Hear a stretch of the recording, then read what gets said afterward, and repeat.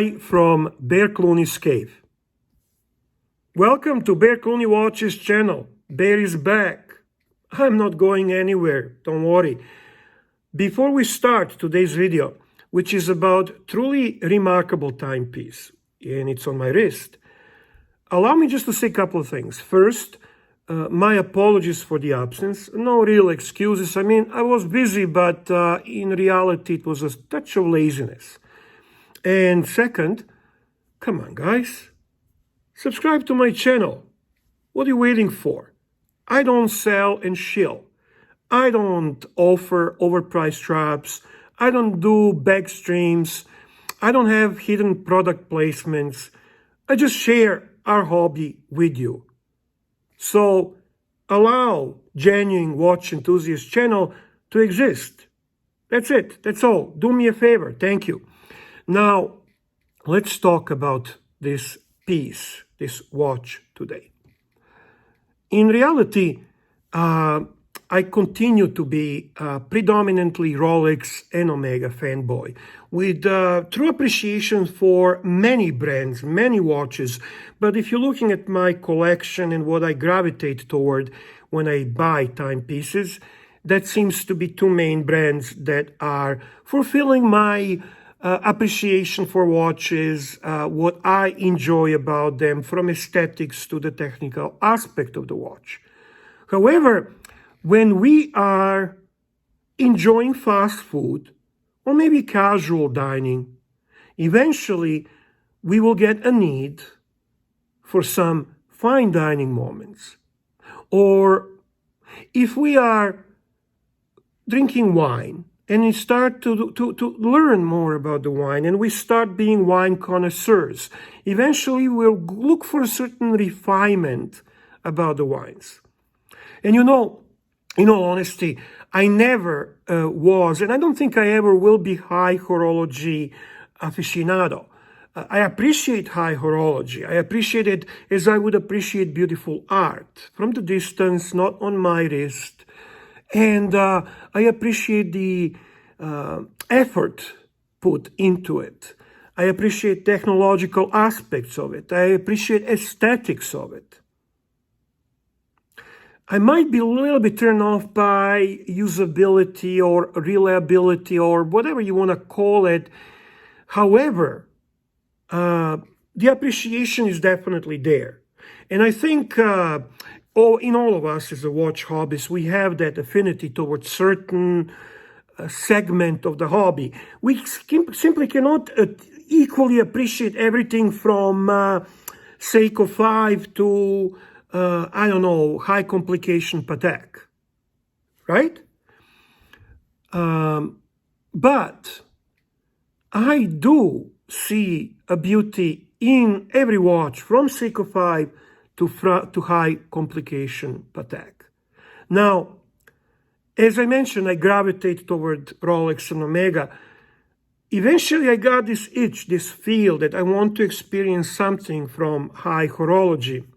And those that follow me, they know how I cannot choose my brands. I love history behind it. I love wearability. I love aesthetics.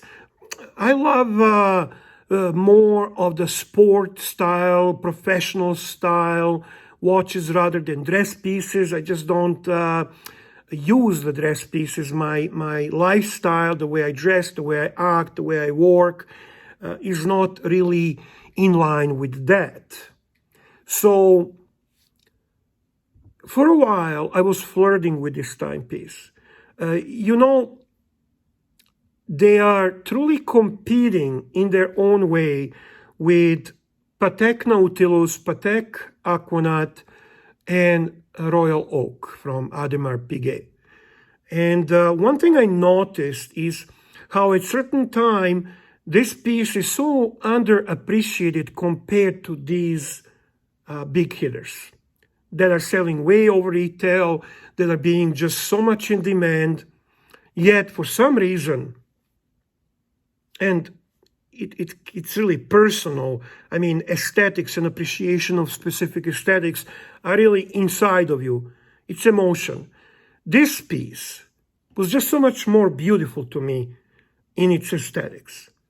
And then when I was kind of learning about the technical aspect of it, which I'm not going to go into because there are people who do that much better, such as Tim Asso on Watchbox, you learn that this watch is competing with Patek Nautilus or Patek Aquanaut or Royal Oak, and competing from a technical aspect of it successfully as well, also from the aesthetics of the movement, from the build of the movement.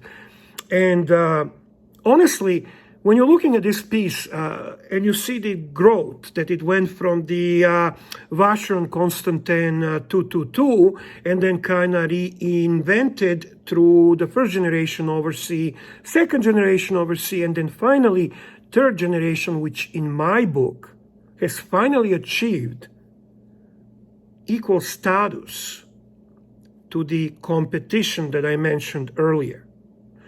And I think, in all honesty, this is what drove me toward it. It's almost like a high horology for those who are in a know. The high horology for those who appreciate specific aesthetics of the universal professional sport watch. The more I learned about it, the more I looked at it, the more I craved it. And this is how it all happened. And I honestly, after owning this piece for a few months now, have not regretted it for a second. It is hard to say, but as a Rolex fanboy and Omega fanboy, I have to say this is maybe my favorite piece in my collection. That speaks volumes, I think, because I'm certainly not a Vacheron Constantin fanboy. I like the brand. I love their history. I love their approach to high horology. I love how understated they are. There is a lot to love about it. But to buy a piece from them, to actually own a watch, it took this for me.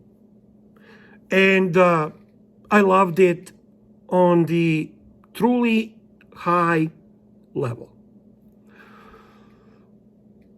I am going to tell you why I like this watch so much better than, let's say, Nautilus, which I respect, but in all honesty, aesthetics of a Nautilus don't do it for me. So this is my view on Nautilus. So let's forget everything and just look at the aesthetics, the design. What does this look like? Here we go. Old-fashioned tube TV. Patek Nautilus design is so outdated to me.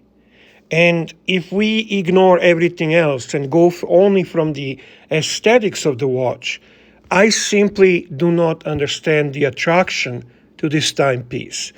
What I see is old-fashioned tube TV. Listen, I didn't mean to be disrespectful. I'm just giving you my perception of it. In all honesty, I'm not going to get into argument, but aesthetics are very personal, very much part of the emotion. We appreciate certain art, certain design, certain aesthetics.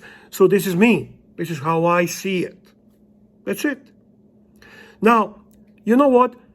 Let's jump into Bear Clooney Watches Studio to take a closer look of this watch and just give you some opinions, something how I see it, how I perceive it. Let's go.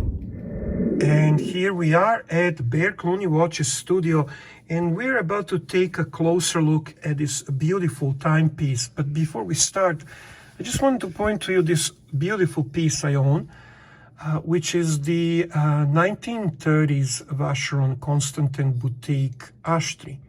It's truly in a great condition, but what I truly love about this is the Art Deco aesthetics of this timepiece, and it kind of reflects on some truly charming, beautiful past times in which this brand continues to exist as the exemplary luxury horological house. Anyway, here we are, and here's the star of the show, the Vacheron Constantin Overseas third generation.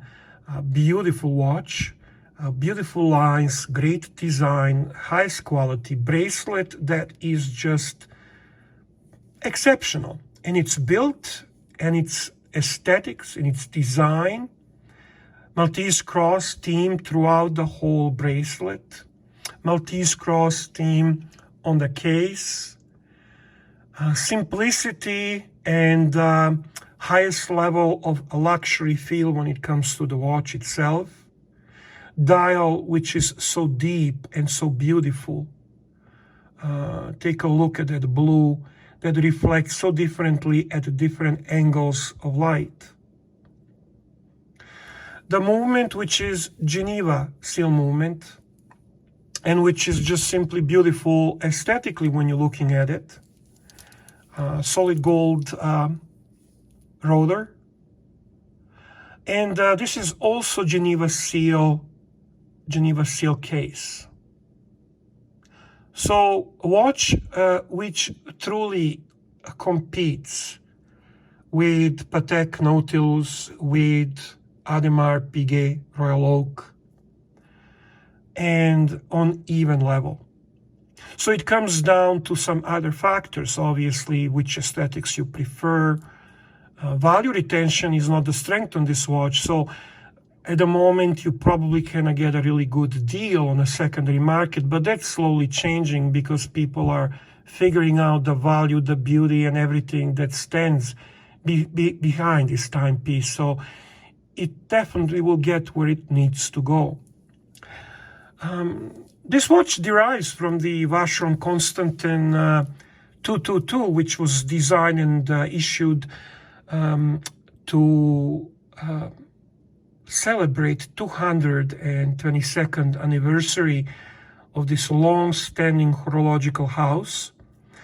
And on that note, I think it would be interesting to actually just take a little short retrospective on the history of this specific timepiece. Take a look.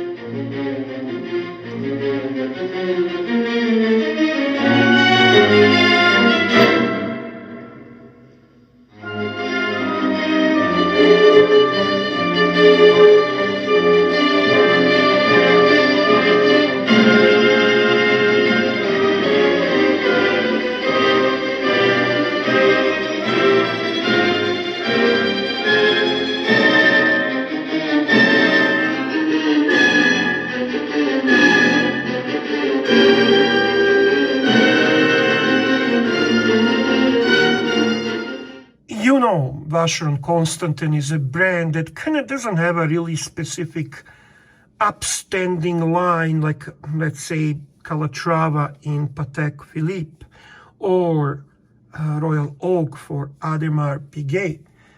Would this piece become that? I don't know. I mean, Vacheron's approach is slightly different, but this piece certainly has some history behind.